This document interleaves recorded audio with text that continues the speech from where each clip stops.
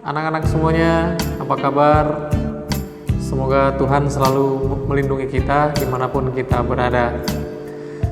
Kita kembali bertemu dalam pelajaran prakarya dan kewirausahaan. Hari ini adalah pertemuan ketiga bagi kita. Sebelumnya di pertemuan kedua kita telah membahas tentang perencanaan dan perancangan kerajinan dengan inspirasi budaya non-benda.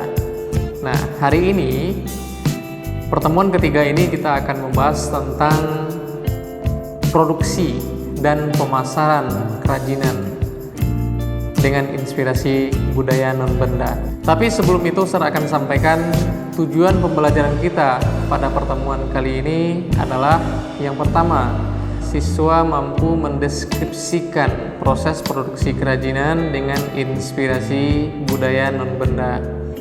Kemudian yang kedua adalah siswa mampu menghitung biaya produksi kerajinan, dan yang ketiga tujuan pembelajaran kita adalah siswa mampu memasarkan kerajinan dengan inspirasi budaya non-benda.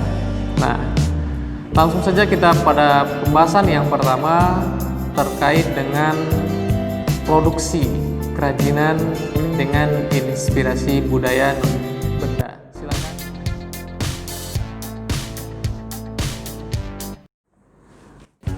Proses produksi kerajinan dengan inspirasi budaya non-benda yang didasarkan pada daya dukung yang dimiliki oleh daerah setempat haruslah mempertimbangkan beberapa hal penting. Yang pertama adalah yang harus kita pertimbangkan ketersediaan bahan baku yang ada di daerah kita. Kemudian yang kedua adalah teknik produksi dalam mengolah bahan baku kerajinan. Kemudian hal yang harus kita pertimbangkan juga adalah sumber daya manusia yang akan membuat kerajinan tersebut. Ketiga hal ini sangat penting diperhatikan dalam proses produksi kerajinan, terutama kerajinan yang menekankan pada budaya masyarakat setempat. Kegiatan produksi diawali dengan persiapan produksi. Tahapan produksi secara umum terdiri dari yang pertama adalah pembahanan, yang kedua adalah pembentukan atau perakitan, dan yang ketiga adalah finishing. Tahap pembahanan adalah mempersiapkan bahan atau material agar siap dibentuk. Atau bisa dengan kata lain bahwa pada tahap pembahanan ini kita menyiapkan bahan-bahan apa yang akan kita perlukan dalam proses pembuatan kerajinan. Kemudian yang selanjutnya adalah tahap pembentukan.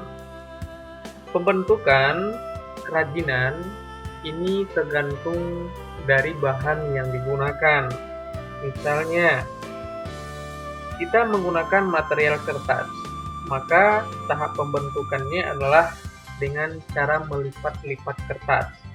Atau bisa juga kita menggunakan kayu dan bambu, maka tahapnya adalah dipotong dan dipahat. Kemudian yang terakhir adalah tahap finishing, yang berupa menghaluskan atau pelapisan permukaan. Penghalusan yang dilakukan diantaranya penghalusan permukaan kayu dengan amplas atau menghilangkan lem yang tersisa pada permukaan produk.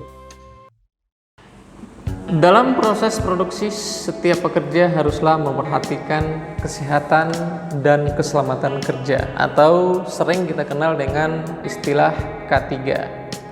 Upaya untuk menjaga kesehatan dan keselamatan kerja itu tergantung pada bahan, alat, dan proses produksi yang digunakan pada saat kita melakukan produksi kerajinan.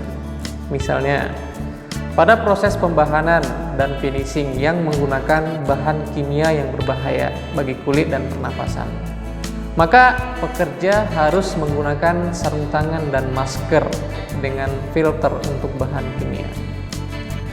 Itu salah satu contohnya. Selain itu, hal yang tidak kalah penting yang harus kita lakukan dalam proses produksi kerajinan itu adalah sikap kerja yang rapi, hati-hati, teliti, dan penuh konsentrasi.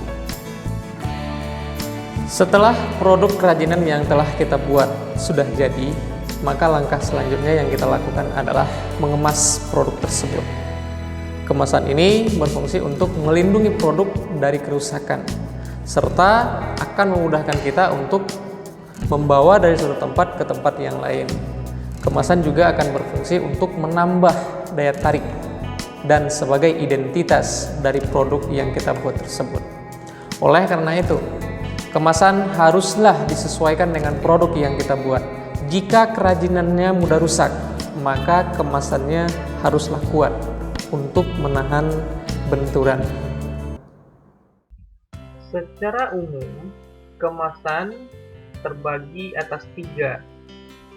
Yang pertama adalah kemasan primer, yang kedua adalah kemasan sekunder, sedangkan yang ketiga adalah kemasan tersier. Kemasan primer adalah kemasan yang melekat pada produk, sedangkan kemasan sekunder adalah kemasan yang berisi beberapa produk. Dan yang terakhir adalah kemasan tersier.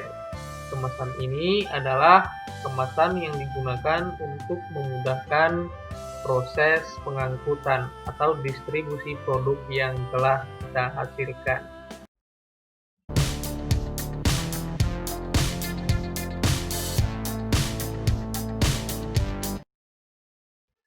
Di dalam proses produksi, tentu kita akan mengeluarkan biaya. Nah, biaya produksi ini adalah biaya yang harus dikeluarkan untuk terjadinya produksi barang.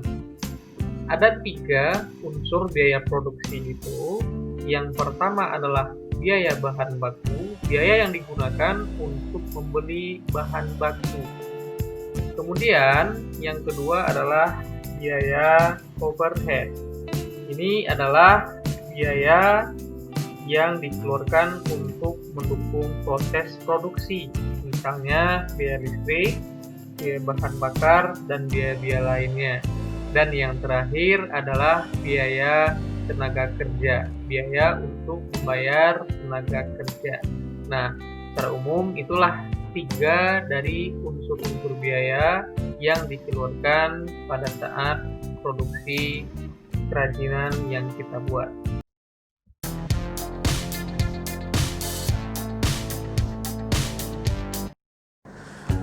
Tahap akhir dalam proses wirausaha kerajinan dengan inspirasi budaya non-benda adalah pemasaran. Kita mengenal pemasaran itu ada pemasaran langsung dan pemasaran yang tidak langsung. Yang akan kita bahas di sini hanya pemasaran langsung saja.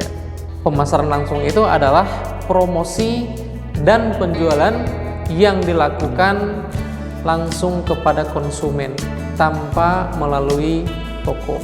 Nah, itu adalah pemasaran secara langsung. Baik anak-anak semuanya, demikianlah pembahasan kita pada pertemuan ketiga ini. Mudah-mudahan apa yang telah saya sampaikan bisa dipahami dan dimengerti. Untuk pertemuan keempat nanti kita akan melaksanakan small test.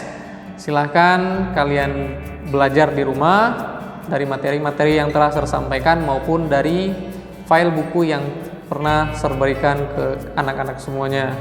Demikian dan terima kasih.